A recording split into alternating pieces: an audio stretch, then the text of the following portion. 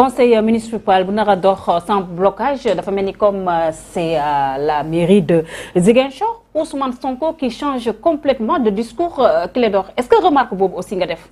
Non, il n'a pas changé de discours. Mais on a vu Ousmane par rapport à. Il n'avait pas dit que bu ñëwee day dàq ñëpp. Un discours d'apaisement, un discours de rassemblement. Où est le discours de guerre? Il n'y a pas de discours guerrier dans la campagne.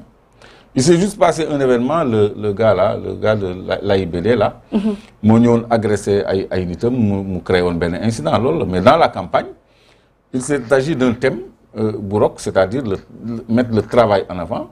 Il y a eu le débat sur la monnaie locale. Il y a eu l'offre d'une gouvernance intercommunale, intercommunalité. Donc, man yooyu la doon dégg. C'est-à-dire dépasser en vision la mairie de Ziguinchor. Non, si je dis que Ousmane Sonko est en train de changer de discours pour l'ensemble de son œuvre politique. Non, voilà, on a vu Ousmane Sonko boo xam ne mën nañu wax ne carrément qu'il a beaucoup gagné en maturité. Non, il a une responsabilité. C'est comme Barthélémy Diaz qui dit je veux même pas voir Macky Sall en photo et qui l'invite à son installation. Et qui donne à Benno Bokk Yakaar le deuxième adjoint au maire de Dakar, c'est pas rien. Donc loolu responsabilité la. Entre la surenchère politique et l'exercice du pouvoir politique, il y a une différence, c'est diamétralement opposé. Kon tey jii Ousmane Sonko bu ñëwoon continuer di attaquer waa Benno Bokk Yakaar, ça veut dire que bon moom amul conscience su charge bi koy xaar. Liggéey moo koy xaar. Donc au lieu ñu koy mettre des bâtons dans les roues, il veut aller vite, mais il tend la main à tout le monde et puis quoi qu'on dise, comme Sonko l'a reconnu, Baldé c'était le maire. Ouais. Il a quand même fait des réalisations. C'est un homme qui a eu une expérience au sommet de l'État. Même si dans la campagne pour tenir na ay propos yu xaw a reelu sax pour dire que Ousmane Sonko amul ay nit ak yooyu tout ça ay ñi nekk ci bopp koñ bi di xaw ma def lan ñoo koy voter. Donc yooyu lui aussi on pourrait lui rétorquer que il a eu une attitude beaucoup plus responsable parce que propos yooyu c'était à la limite de la responsabilité. Donc loolu passé na moo tax ma ni Guédiawaye aussi élection passé na mais attention gis nga Pikine mais c'est la même chose qu'on a fait à Pikine. On a acheté 10 conseillers. Acheté là-haut, on a acheté 10 conseillers pour changer la majorité au sein du conseil municipal. C'est Timbo qui l'a fait. Là, c'est le frère qui l'a fait. À Pikine, c'est l'oncle qui l'a fait. À Rufisque aussi, on craint la même chose en faveur de Ismaël Madior Fall. Tout le monde sait que Ismaël Madior Fall a été battu. Il l'a reconnu. C'est le même schéma à Kaolack. Aliou Sall, il a battu Kaolack avec Ben Jaloum aussi. Donc au niveau départemental. Donc c'est malsain ñu gagné la ba pare ngay wut ay pexe jël suñu caisse noire. ak suñu xaalis. di ko géré ay mais da ngay xool kenn ku ñu un chômeur qu'on met dans une liste. Ou bien un travailleur moyen qu'on met dans une liste. Tu viens tu lui proposes 50 millions pour qu'il retourne sa veste mais il prend.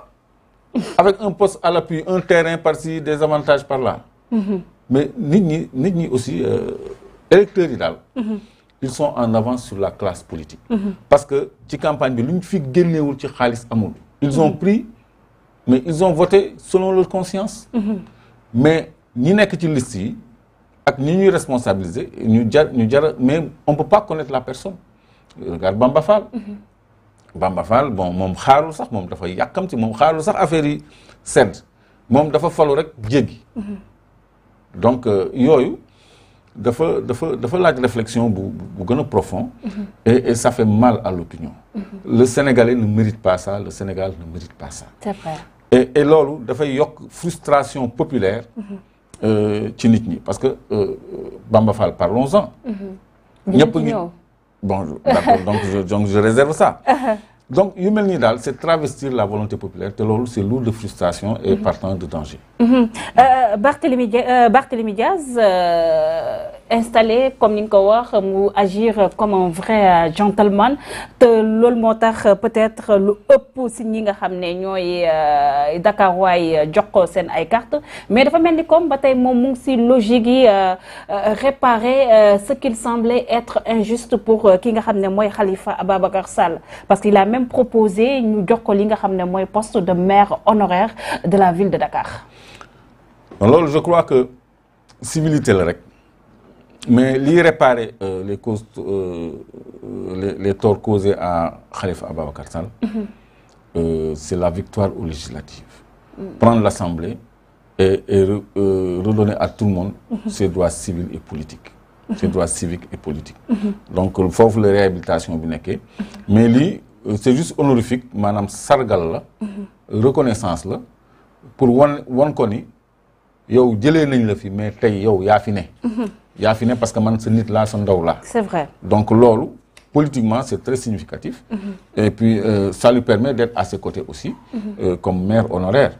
Donc loolu c'est une réhabilitation, un début de réhabilitation. C'est une réhabilitation politique. Mais la réhabilitation judiciaire va découler de l'Assemblée nationale bi nga xam ne c'est la mère des batailles à venir. Bamba Fall, le grand Bamba Fall. Non, Bamba Fall, je m'étonne de ceux qui s'étonnent. Ah bon? Ah oui, parce qu'il a signalé depuis longtemps. Xam nga amoon na fi benn xew benn ngoyaan. Kon da ngay rejoindre Sanjogu bu naan carrément Bamba Fall rek moo yëgutoon ne moom dem na. Non moom xamoon na ni sax dem na nit ñi ñoo yëgul ni dem na mais Bamba moom yëg na ni dem na. Parce que ma fàttali leen benn image boo xam ni peut-être ñu bëri fàtte nañ ko. Am na benn ngoyaan bu amoon kër Aliou Sall. Ba une dame là récemment mariée doon fa fecc ba jëkkër ji répudié ko. On a vu Bamba Fall à côté de Aliou Sall. Il se ressemble un peu d'ailleurs. Donc image yooyu da ngeen ni mais kii c'était comme deux frères déjà kooku il y a quelques années. Donc loolu lu muy wone mooy affinité yàgg na am entre ñoom. Ensuite bi mu amee dëju nijaayam bi. Plus de 30 jours après dëj bi ñu organiser benn tribune du woon 8e jour du woon 3e jour du woon le 1er jour. Un mois après ñu organiser benn tribune ak benn jaale. Koo xam ni dee na bu yàgg. Boun Abdallah ñëw fa ak ñoom Seydou Gueye et cetera. Alors dégg ngeen li ñu fa waxoon mu gërëm Macky Sall et tout ba ñëpp ni dafay dem mu toog. Donc il a accompli sa mission dans l'opposition.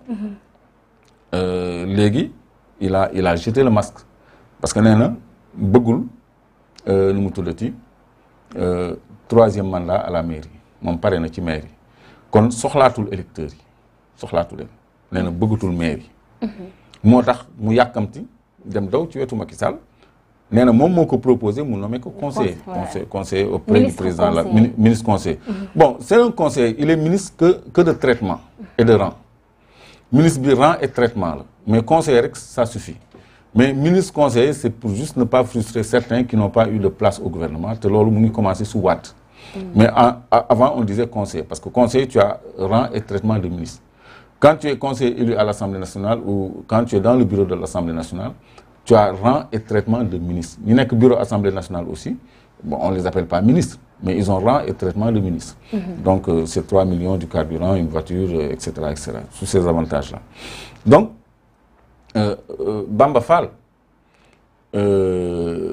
li mu def bett na waa Médina xalaatul ñi nga xam ne dañ ko xeexal ñii dugg ci kaso ñii gaañu ci parce que élection am dafa amoon tension digganteem ak Cheikh Ba.